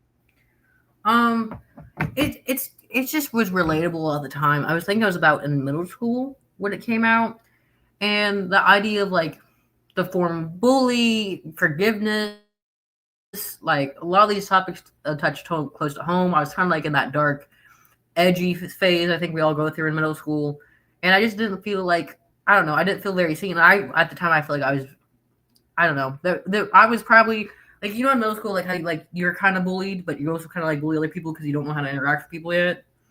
Yeah, like you're still learning how to socialize because kids you socialize It's like differently. You in get to middle that school, awkward everyone's just age, mean. And like right? you don't think you're being mean, like you feel like you're justified because you don't have the emotional regulation yet, but you're not. Everyone's just mean to each other, and you don't realize it until you get older. And that was one of the films that, like, I guess, let me see like the flaws in my way, but also accept that bad things can happen to me too, and you can have both. You can be both victim and perpetrator at the same time, and to recognize that is how you grow. I like that, and I think that's not a message you see in enough films, and I would Because like like to I see feel that like too done a many little bit more. films go on the cliche of like bully and victim, right? But Right. like real life's a lot more complicated like that. There's a lot more shades of gray than there is black and white. That's 100% true because sometimes the way you're interacting with somebody, you don't know what their mindset is or how they perceive you. So once you have that conversation with somebody, it can really open up doors. I Yeah, became with friends with people that used to pick on me when I was younger, and it's because I had a lot of anger in me. I was kind of, I was just mad at the world kind of and thing. I was So very similar in that way. And I think also yeah, like, you get out of the mindset that like, that victim mindset of like, man, everyone's just mean to me. Everyone, and then make me yeah, go, no, exactly. I've done some of the same things that I feel victimized by, And then, and yeah, you and grow from that. I've also been on the end where I've seen people being picked on, and I've tried to like stop it or like okay, I'll give you an example. I had a friend of mine that he had like a kind of like a social kind of like learning disabilities and stuff, and he Yeah, couldn't help it because of his home life and everything he had been through. But like we started letting him play basketball with us, and his behavior got better. He was a little bit calmer. He wasn't doing making dumb decisions and that kind of stuff. And so I think just in the middle power school, of being able to help people. yeah, I think in middle school I got stuck in like a group where like we were definitely weird kids, like the weird anime kids that did weird shit. And I think we got on very victim mentalities, and we would be terrible to each other, and then blame each other, and blame society, blame the world, and blame everything, right? Hmm. And then like it felt like I feel like we all validated each other's bad behaviors because we felt so like justified. You know what I mean? And that's a tight cycle to get in because not only are you being bullied, but like it hurts you when you hurt other people, and you don't even realize it. Like you think you're justified, but really it just makes you more and more miserable and more hateful. Exactly, because you're projecting your own insecurities and your own bad thoughts onto Yeah, other because like was people. it It's like a wrong? vicious cycle. Yeah, was it wrong what people said and did to us? Yes, but retaliation or even fighting amongst ourselves was it coming out of a place of hurt and not really understanding how to emotionally regulate? Yeah, but you got to recognize that to even get out of that, you know. And this And film really covers that and the way of like he was originally a bully and now like but like does a bully deserve to be tormented afterwards? Like how is it justified? He's still a human being, and you learn that he does really care for her later on and all these things. You know what I mean? Like yes, he was a child that picked on another child with disability, but was it really a malice or was it not understanding? Does he deserve to be almost brought to the brink of suicide for what he's done? Like, where there's a lot more gray, and I really appreciate that. yeah, and it sounds like there's a lot of growth that happens with the characters from what you're There's a saying. huge growth between the two main characters, So this is one I would definitely watch because and I I think very now much that you said it, I think I saw a trailer. It's just sometimes when you see a trailer for anime films, sometimes they give you the Japanese title and then yeah. the English title, and it might have been one of those that I just for some reason forgot the title of this. But then once you started talking about like the silent stuff, I'm like, okay, I know I've seen a few trailers for different things about deaf characters. I just could not remember the name of it for whatever And I reason. would say they handle the disability really well. I've heard from obviously I'm not deaf, so I can't say, but I've seen a lot on the internet. The deaf community was very happy with how she was portrayed, and I love the representation. And I hate films that are so black and white. You know, there's not always good versus evil. Right, and I do like when there is though because then it gives you a big contrast. So if every film was gray and was over and you had to really think about it, I think you need some of those black and white thinking Well, films. I listen. This might be giving you a hint too far ahead because I know it's your turn next. But my It next is. film is probably a good versus evil, the grays in between the lines, if you know what I'm saying. Like sometimes I don't want a film that's completely black and white. There has to be a little gray mixed up in there. Yeah, I like both. I like some films where it's black and white, but then I also like films where it may seem black and white, but really when you start to think about the villain, you can see Yeah. why they are the way they are. Okay, let's get to the next one. This movie originally was thought to actually be making fun of different sci-fi films, but that was not the case. People just misunderstood at first. So it was kind of looked at as a parody almost at first. Kind of. Sci- I of don't really know, sci-fi. but I'm just gonna shoot in the dark. Terminator. No. Let's see. The movie has a big emphasis on it is like they're at a convention for a movie, for a show that was shot years ago, and the cast has come back, and some of the fans are kind of look at them as like washed up has-beens almost because they haven't done anything for a long time. So whenever the cast gets together for a reunion, the fans, there's the real diehards, and then you have the ones that are like, look at these people, they haven't done any main titles in years, and they're kind of like making fun of. Some of the fans are rude the way they talk about the actors and actresses. So far, I would be very interested in watching this movie if I hadn't, because I don't know what this movie is. I do. It sounds a little bit more tongue in cheek. A little tongue in cheek. I don't know. Just the way when you actually look at the big picture, it starts out one way, then it ends up another. But yeah, it's at a convention, and these fans are very passionate. But then you have these other fans who make fun of the actors and actresses in it. I will say that's a real world thing. Oh no, next hint. Next hint. Okay, let me see if I give you a quote. Never give up. Never surrender. I've heard that quote, but I don't know what movie it's from. Never surrender. I feel like I've literally yelled out that quote before, but I'm not sure if I've ever actually watched the movie or if I'm just repeating what I've heard other people say. Okay, yeah, that's fair. Like, do you ever say quotes that like you've heard, but you don't know where they're from at all? Oh yeah. I'll hear someone come say something, and then for example, there was a coach who said that when I die, I hope they bury me upside down. That way people can kiss my ass. And I've used that one before because I think that was Bob Knight that said that maybe. But I just love, there's quotes I've heard from movies I've never actually seen that I will quote because they're so iconic lines. So that's one of those. I mean, some of them I won't even know, but I've heard other people quote. I'm just like, that's a good quote. Mine.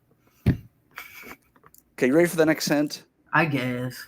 All right. So the main star, I will say, so it's weird because it's like the movie about characters that are in a TV show, but the main star, he starts out very, very arrogant. He's the leader, the captain, and he starts out very arrogant, and he's always showing up late to anything important. And so his cast members they think he cares about himself more than they do his co-stars. So they kind of regret interacting with him at times because he can be selfish.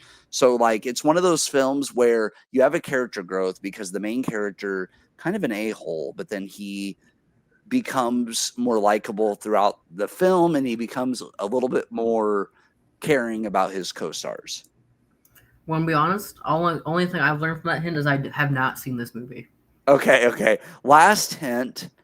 Some of your cast: Tim Allen, Sigourney Weaver, Alan Give me a hint about the title. Alan Rickman. Let's see. They're on a great quest. A great quest. The word quest does appear in the title. That I will give you that as the final hint. The word quest. There's another word in front of it, so it's two words. Something quest. Think big. So you have like, okay, street, town, state, country, continent, planet. Only word that is coming to me is like a map quest, or I don't know, world quest. No. Quest. Galaxy Quest. Galaxy Quest. I don't know. This is one of those films that I was always irritated because it would be on TV and it would always start 10 minutes in, right? Because back then we're where we lived was a small town, so we didn't have like TV Guide. You just had to flip through the channels, or I would call my grandma, hey. The thing, Unc. So but it's one of those films where this is the premise. Let me give you the basic premise. See what you think of this. Okay, a group of people were in a show called Galaxy Quest. It was like fighting aliens and stuff. Well, there's a group of people that they think are just fanatics that request them to come negotiate this aliens army surrender, and then it becomes real. So the actors who only act, these people worship them and think that the show, they call it historical archives. They believe the show is all real. So the people show up to the space station, and Tim Allen's character is like, all right, send everything we got at him and let her rip. And then he goes home and then realizes this is real, and he brings the people with him, and they don't believe him at first, and then they actually have to fight an alien army. But the whole movie was like, sounds great, but I know for a damn fact I've never watched this. Yeah, Justin Long was starting his career, and he plays the big fanboy that's a kid, and he is basically the whole idea. It was supposed to. Is this like more your kind of time movie, like more your time period? Yeah, this would have been in the 90s. Let me look up the exact date. Basically, it's showing how much fan knowledge could come into play. The fans actually help with. I do like that because, like, like on certain subject matter, me, you would be great at something like that. 1999. If we watched it together, you would like it. It's got Alan Rickman as Sir Alexander Dane. He plays, they call Dr. Lazarus, they call him, but he's like an alien in the movie. And they think he eats like his character does. So his soup has like moving critters in it and everything. It's awesome. Like, this is one of those, it has comedy. Tony, I can't pronounce his last name, but Monk, he's in it. Justin Long. You've got it sounds like a great cast. You would like it. It's very fun. Okay, that one was a little bit more. And I'm no stranger to That's more my age group. More people, I think, in there, probably the group of the 90s probably watched that one. All right, let's go to your number 8. Oh, so we only got like 2 left. What's the score? 3. We got 3 left. We have our 8, 9, and 10s. Right now, it is still very close. You have 4, 8, 9, 10, 11, 12, 13. I have 6, 7, 8, 9, 10, 11, 12, 13, 15. I'm only up by 2. So it's very close. Okay. It's I'm trying to think what would not give this away. This is number 8. We have 3 left. It's a film about these 2 very polar opposites. You got this big bad villain, right? Mm-hmm. And like the hero, right? And it's kind of a battle for the city's soul. A battle for the city's soul. Mm-hmm. The Dark Knight. Oh my god! Am I right? Yeah, I thought I pulled that one out of my butt. No, I thought it was being so vague. For first, I was going to say War of the Worlds. And I'm like, I'm going to go Dark Knight. Can you explain? I knew putting this on my list would be risky because it's one of those films that everybody has seen.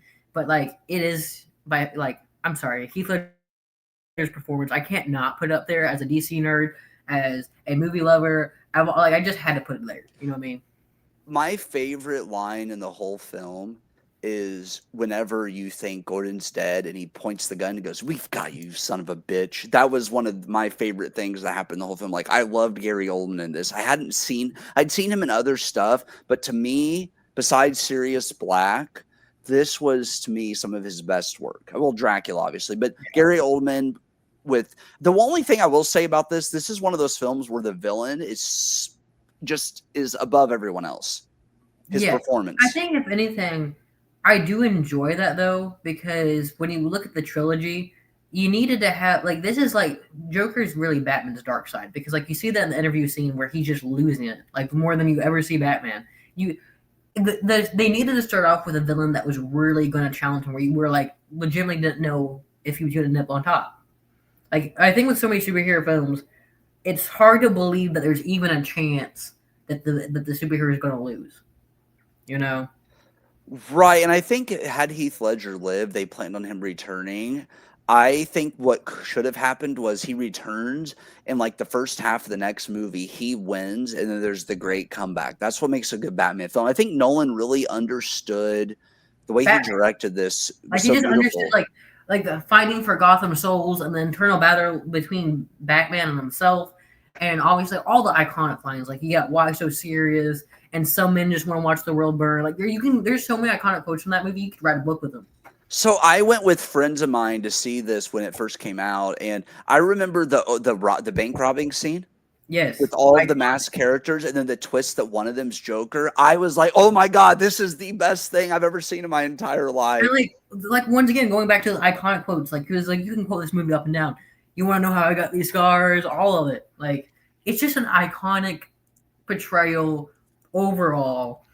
One of those movies that's hard to put many movies above. I have the DVD of this. This is one of those I want to get the 4K just to see what it looks like visually with the updated graphics. Yes. Yeah. I didn't even realize it was. I mean, I knew Heath Ledger was playing Joker, but if you wouldn't have told me, I wouldn't have known it was Heath Ledger. Mm-hmm. He got so into this role. I remember I loved Heath Ledger in 10 Things I Hate About You, and that's a movie I forgot because that probably would have made the list. But 10 Things I Hate About You. What else? The Patriot. I really Brothers like. Grimm. Listen, I might get clowned on a bit, but Brokeback Mountain is a great movie. I Okay? haven't seen that one, If you so I could can't not say be a anything. child about the gay love or whatever, if you could not, it's a tragic, horrific love story that shows you a real peek into the historical context of it. I know people like to tee-hee, especially at the time when it came out. You know, it was very controversial for its portrayal of gay men and gay relations. Right. But like, it is a well-written, well-acted, heartbreaking movie. And it's one of those ones that like I've never watched it and not like almost had a breakdown. Like it is Okay. beautifully tragic. But The Dark Knight, I mean, I think this one stands the test of time. I think 20 years later, people are still going to be talking about It's it. gonna be one of these movies that just like everyone knows it's just a great movie. Just If- simply good movie. If they ever do an anniversary release of this with like the update with, oh, it was still filmed well, I would go see it again. Oh yeah. I mean, I rewatch it sometimes just like all the time. Like just one of those things you can put on and enjoy no matter how many times you watched it. I think here's how I look at the trilogy. Begins is underrated. It's better than what it gets credit for. Scarecrow and Ra's al Ghul was awesome. Scarecrow was my favorite in that one.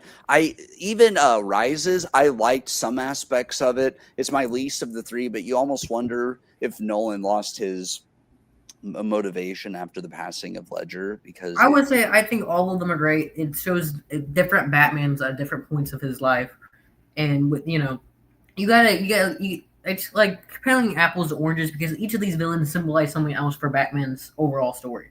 right. I'm just mad we haven't got I want to see a live action Mad Hatter. Ooh, Even yeah. as a minor villain, if you had him in like Hush. See, like me and you talked about. I did not like the portrayal of Riddler in the most recent Batman because I'm a big Riddler fanboy, and I think I hated that. I hated that portrayal of the Robert Pattinson's Batman. And I loved that movie overall. The Riddler felt like just a serial killer though in that movie. I hate the portrayal of Riddler in that one. It's not even the same villain. I'm gonna have a nerd crash out. I'm not a big Riddler fan, but I got to go Jim Carrey. I really loved his performance of Riddler. I would say it's a little bit goofy. I really like his comics Riddler a lot. Once again, this is another take I might get clowned on, but That's fine. trying to remember the full actor's name. Corey something from Gotham, the TV show Gotham. Riddler is one of my favorites. I'm trying to remember his name. I need to watch the rest of it because I think I've seen the first season of Gotham. Corey Michael Smith, right? Okay. Corey Michael Smith, one of my favorite. Love that series. I know it's a little silly in the beginning of the first season, but overall, I did really enjoy that show, and I was really attached to that Riddler. I need to rewatch from the beginning, watch the whole series because Edward and that the way they portrayed him, he was actually my favorite, one of my favorite characters. Because he's a slow burn. He kind of starts off in the background and becomes more prominent throughout the series. And if I remember right, where I was at in the point of the show, he's trying to fit in. He really is trying to fit in, but he's different. And then you see why he takes that dark turn. Okay, I'll have to keep watching it. He's generally a good guy and maybe a little awkward, maybe not always a great boundaries, and then boom. Okay, this next because we're getting to the end of our time limit here. We do have a 2-hour time limit on this, which is kind of crazy, but we can. Do you guys see why now we're called the Chatterbox? Yeah, right? You can go on and on. We never shut the hell up.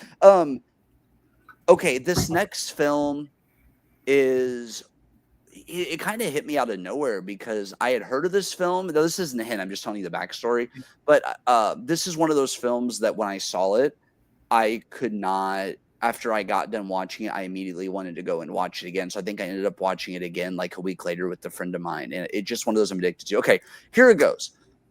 This film is kind of about the end of innocence of America. Like to me, I saw it as kind of like a metaphor for the end of innocence of America and sort of like the end of the golden days for Hollywood in general.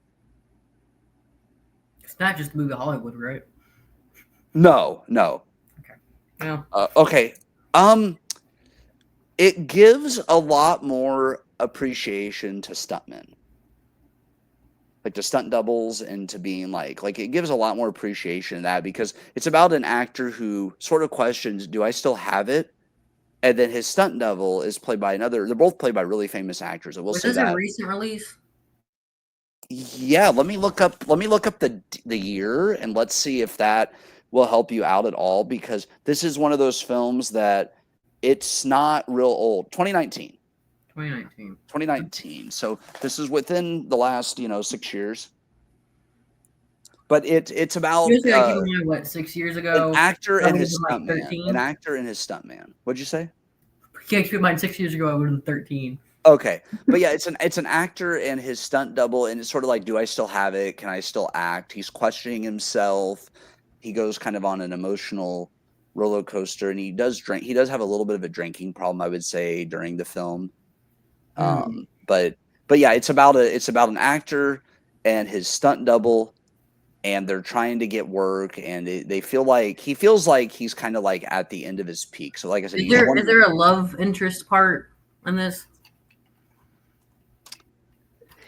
Yeah, but it's not a huge part of the story. I think my next. Go ahead and take a guess if you have something. If not, I don't have something, so go ahead. Okay, the next hint is it's almost like a what if. What if this would have happened in Hollywood? What if a certain event did not happen? A very horrible event did not happen to somebody. What could have been? The main characters are not real people. They are, well, keep in mind that they're kind of like an actor and a stuntman that weren't real people. They may have been inspired by different elements of actors, but they weren't actually real people. But the people that, the what if, they are real people. And it was a very tragic event. And it's what everyone wished would have happened that night instead of what actually went down.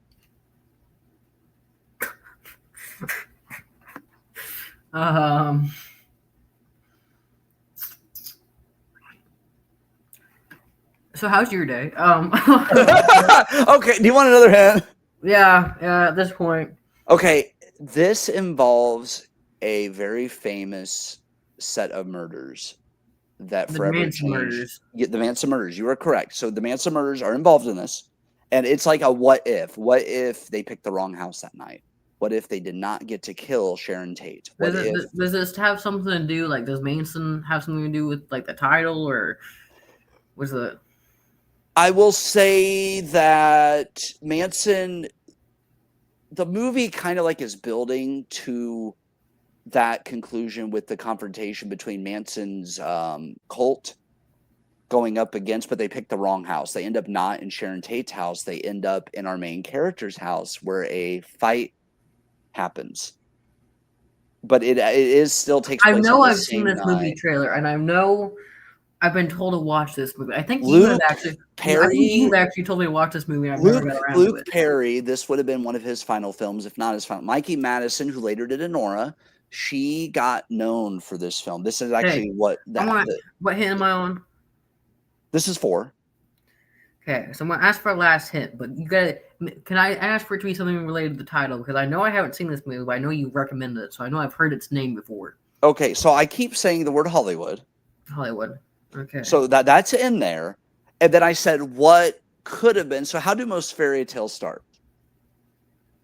I'm going to give you a point for this if you can come close. I'll word to You're going to be nice to me. Yes, I am. Yes, I am. So Once Upon a Time in Hollywood. Yeah.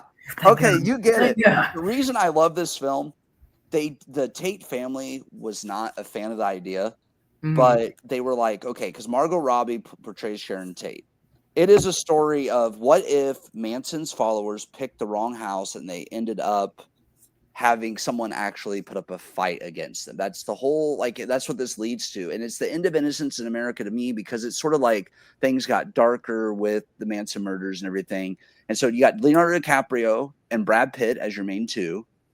Who all's in this? Luke Perry, Mikey Madison. It's a big cast. It's an amazing cast. Yeah. And you and I I've need to looked sit at down and I've watch heard this it. one before, and I've always said that I'll get to it, and I don't think I have. And I think I'm this giving you a point though, because that was a tougher one. It's a Tarantino. But we only I have feel like I should have watched this. So we you only know, have 20 minutes left, so we each have two more films. So let's go to your number 9. number 9. Um, mm, it's a historical movie about a scientist. Historical movie about a scientist. And the only scientist that pops in my head right away is Marie Curie. She's like the one that I think about the most when I hear of scientist. Um, So discovering radiation. that's not her particularly, but yeah, Can I guess the title though? yes, Oppenheimer. God damn it! I What? don't know why. I don't know why I do this to myself. I feel like the movies I really like because I don't shut up and like I No, go. this isn't one we've got to talk about that much, No. actually. When I came out, when you went to the coffee shop and I ranted because I had just seen it it was during Barbenheimer, and I told you I watched both of them and I was going on and on and on and on. Right. And And I remember it being, I felt like it was very dialogue heavy, and I liked it to watch it once, but I do feel like they got a bit too chatty in some of the that's things. not me. My boyfriend was making fun of me. You know how many times I've watched it now? Because I've kept count. Guess how many times I've watched that movie? 20. 37 times. 37 times. What is it about it? We have time. What is it about it that really stands out to you as being among the best? I love first off, I'm obsessed with Oppenheimer as a real human being. Okay. I think they portrayed it very well. And also the moral conflict of it all, right?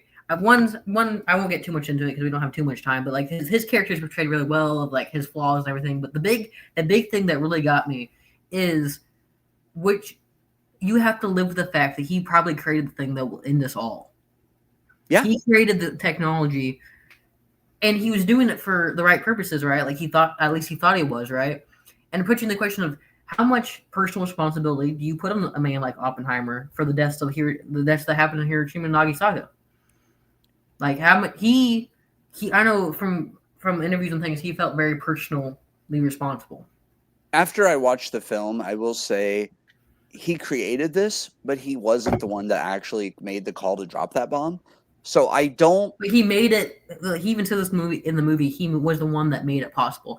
And I love the line that his professor tells him when he meets him afterwards, towards the end of the movie, where he says, "You were the American Prometheus. You have brought down." Like I don't know if I'm exactly quoting, but I'm doing the right about it. Like, the Prometheus brought down like flame to the humans, right? Mhm. And he's like, "You will be punished for the rest of your life for it. This will torture you until you die." And it was really impactful. I found one thing I will say: when I watched this film, I couldn't take my eyes off the film because I was so like this when I was watching it, right? I was so glued because my best friend wanted to see this for his birthday. So there was 5 of us that went to this, and we had pizza afterwards. It was great. But we got into a big discussion about the bomb and everything. And I really like that the whole time you're trying to figure out who the bad guy is, and then But Robert Downey Jr. Jr.'s is going to say, character. I don't always like him in acting. I know it's a little bit, out there, but I love seeing him as a villain, and I think he should exclusively play villains from now on. Like, honestly. Yeah, I think because I've seen the Sherlock Holmes films, Iron Man, and this, and I loved him. The only movie I've seen with him that I couldn't stand was Dolittle, but it had nothing to do with him. It was just the way they did the movie. Yeah, I guess we're getting close to time. So come on, okay, number 9.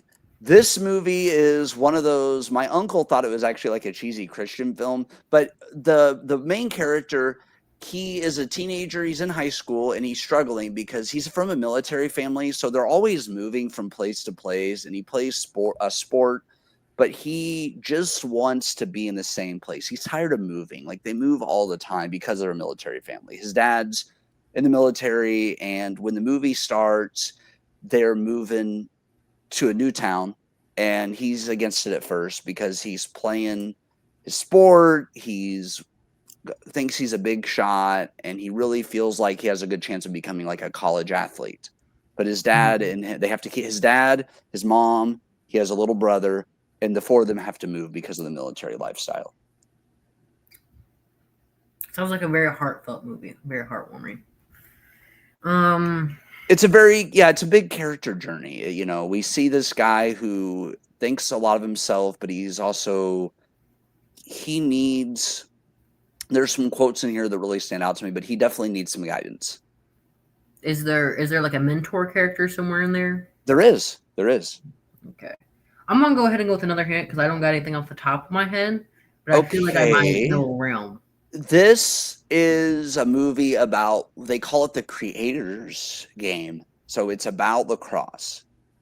It actually is a lacrosse movie, which is very rare. Dude, not another sports movie, man. You just hate me. I don't hate you. I love this movie so much. I wasn't going to put it on the list because it is more of it's not a mainstream film. It's one of those you had to get it on DVD and order it. When you were writing your list, you're like, let me make sure you get sports because I know this motherfucker's never thrown nothing. I know this motherfucker ain't here running. I know he ain't here playing shit. You never slam dunk, huh?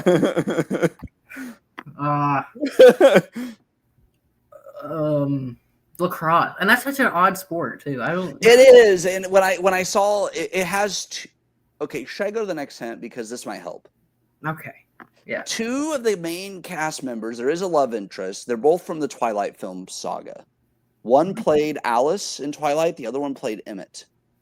So the main characters, you have that's an interesting fact, but that gets me nowhere because I don't think I've watched these. So it's Kellen Lutz and Ashley Greene, and I'll be honest with you, after I saw Twilight, Ashley Greene was a big crush of mine. I thought she was just the most adorable, almost like a Snow White looking character. She had this innocence. Like, I'm over here. Alice was my girl. Alice was my favorite character in all of Twilight, followed by Carlisle. But you know what I'm probably going to say because you know I have this obsession with this man. The only good thing about Twilight is that Michael Sheen's in it. He plays Arrow in his small series. I enjoy the films, but I can acknowledge that they're cheesy. Movie a year, they capitalized on a trend, got their money, and got out. And listen, the books are awful. They didn't have great resource material to start off with. I will say though, for what it is though, like sometimes it's like reality TV. Like sometimes you're watching trash TV, but it doesn't make it any less fun. Like we could sit here and criticize Twilight up and down. I'd still enjoy bits and pieces of it, especially the first one especially. That was a movie I would put on to go to sleep. See, right? Like I'm the opposite. I actually like the last two movies, mainly because I only care about the Volturi because the only character I care about is Arrow, played by Michael Sheen. My favorite is actually Eclipse because the way they fall apart when like rocks when they're smashed. Okay, we're getting so off topic. Yeah. So okay. Let's see. I'll tell you what.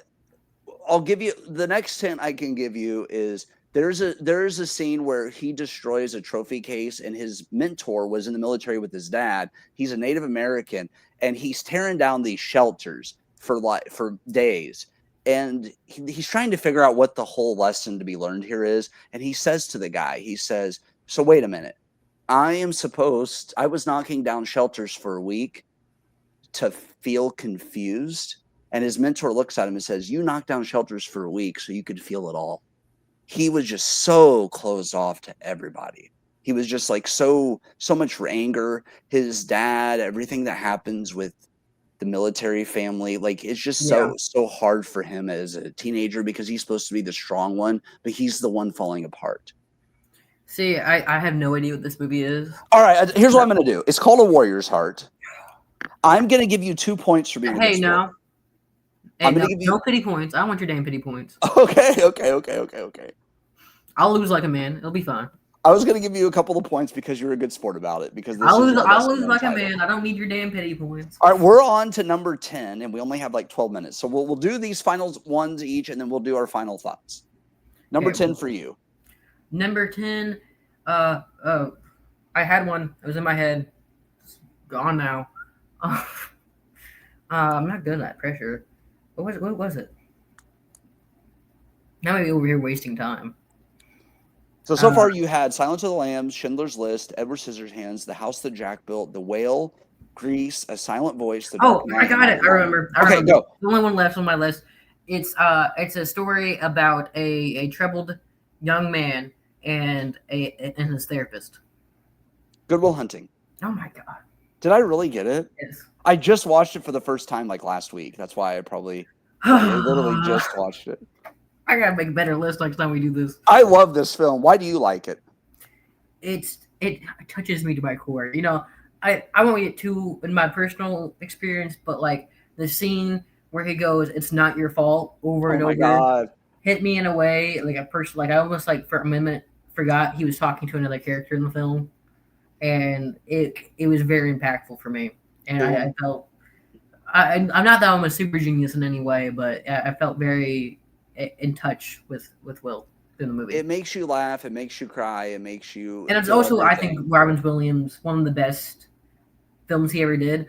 And there's so much advice you can take out of it. One thing that I will say, like what I take I actually use in my own relationship, but you know the scene where he's talking about how his wife farts in the bed or whatever? Yeah. And it's so funny, but then it gets all serious about that's the little things. That's what love actually is. It's the things that only you know about. It's and recently in my life that has hit really hard. Just like the little things that maybe other people might think is gross or whatever. And that's the good stuff right there. It really is. What makes us different from other people is our little quirks, our little things that we like, our little things. And one of the lines he says is, "Nobody's perfect, but you got to find what's perfect for you." I definitely want to go down the rabbit hole, but the next movie I'm actually seeking from him is Dead Poet Society. I've never seen that one either, and that's one I want to see. Can't believe that. That Yeah, but that was such a great film, Good Will Hunting. I had a friend texting me and I put my phone on the charger, and not once during that film was I getting sidetracked. I wasn't like getting ADOS, attention deficit scroll. I didn't have any of that during this and film. the love story between Will and how that mirrors his the therapist's past wife, and Will learning to love and that he is deserving of love and that he can be vulnerable and open, and that there's more to life than just being hurt is so impactful. And it's just that perfect ending of the I gotta go see about a girl ending. Yes, I loved that because the whole thing I'm like, are they going to show him reuniting with her? But then I realized that's not the big part of the movie. Yes, he's going to go after this girl, but the big part is this guy did not give up on him. Everyone else is walking away, giving up because he's being difficult. But Robin Williams' character, I'm not giving up on this kid. I don't care. I'm not giving up, and I love that. It's special. But we gotta get going to you. All right, last movie. This one, I don't care. It's in my top 10. I know it's cheesy. I know it's a kid film. I love it. I watch it every year this time of the year. Being Normal is vastly overrated. Was that my hint? That is a quote from the movie that is on a lot of stuff. Being Normal is vastly overrated. That comes from one of our main characters. I know this is probably wrong, but I'm gonna go with Corpse Bride just to start shooting. Okay, it is a Halloween time movie. It's not that. How about this? The charm of this movie is a relationship between a grandmother and her granddaughter. Halloween Town. Halloween Town. I love that movie. It makes that's a childhood movie. I mean, you talked about this. I don't know why. I'm gonna be honest. I was like, what did he just say to me? But that's besides the point. That's nostalgic right there. I love it. This year for Halloween, I actually did a 90s theme because I was feeling it. And I found out that's one of the more popular trends this year, that people my age and younger are doing more vintage because the world's all messed up. But let us have our one thing, and that's Halloween. But the weather won't cooperate. I watched it. I think makes it more, at least in my personal experience, what makes it even more for me is I watched it every year with my grandma. Did you? Oh, that's awesome. Me and Grandma Sharon at least watched it the week before Halloween almost every year. I remember being like as young, like really young, and in her bedroom, and my grandma always like bought us like matching pajamas like for Christmas, and then we'd wear it the following Halloween after that. We would wear that. It was always really sweet, and a lot of the time after my grandmother moved in, I'm trying to remember exactly, but I know me, my mom, and my grandma watched it. I think the past year or something like that, where we had mom, grandma, and child, so we had the 3 generations as well. It was That's amazing that you had that experience with that film. I watched it with my Because sister, my and mom loves that film. Because I'm sure you know my mom's like kind of witchy, kind of into all that stuff. So like yeah. it was fun. It's fun for us. It's a very much family movie for us. See, my experience was different because I watched it with my sister as a kid, and then as I got older, I've watched it with friends over the years. I had two of my friends actually had never seen it before. They came over and they loved it. And they say as you get older, you understand the adults more. And the first one, I still take the side of Marnie over her mom. I know there's parts of Halloween Town she doesn't understand, and I know she's trying to protect her, but she's not letting her really choose, and that is why Okay, I but the one really thing I love will say to Marnie. that is Marlene's like 13, and like if I was a parent, no, I'm not gonna let you go to the fucking town where like people can blow up shit and there's monsters and no, I'm not gonna let you go battle a wizard demon. What do you come Right. like? What do And you they mean? find they find the compromise at the end of the film though when grandma comes live with them because she can learn magic in the human world Well, inside like your you're own not gonna get house. like and also like I know how I was 13 not too long ago. I'm like, no, I don't want you to be able to just blow things up and like do all this crazy magic. Like, no, hell no, get back in But your room. there's the reason I connect with this more than Hocus Pocus. Hocus Pocus, right, is about a kid that doesn't believe in Halloween and then later does. Whereas this starts out with someone who loves Halloween, but it's being suppressed. And then when her grandma comes, she learns that, oh, this place is real. And there is another world out there. I really love that. Like it's okay to like Halloween. It's okay to think for yourself. I I really do like like the that generational stuff. message. Like that means a lot to our family because how my grandma raised my mom is completely different than how my mom raised me, and not for better or for worse or whatever. Um, but like there's different things you learn that you pick up from your parents, and then sometimes you learn that maybe there's still more to learn. Like I like that the mom and it learns a lot from grandma. Like the learning doesn't end after the child moves on. Your child is always gonna be your child, and there's that family orientation. You know what I mean? Right.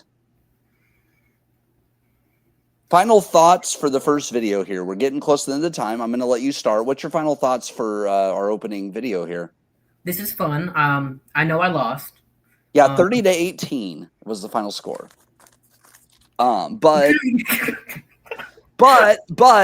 to be honest, I was impressed because some of these films you had on your list I had never heard of. I was just able to guess the title, and then I was impressed because some of the films I gave vague hints and you got it the first try as well. So I think we both watch films. We had a variety. If you look at the 20 films we on had a this very big list, variety, I'd say. neither one of us picked the same film because we were trying not to.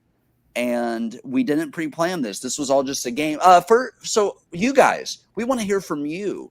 What are some of give us your top 10 favorite And films? I guess we should explain since this is our first video. We would like to do more analytical, like more narrow down.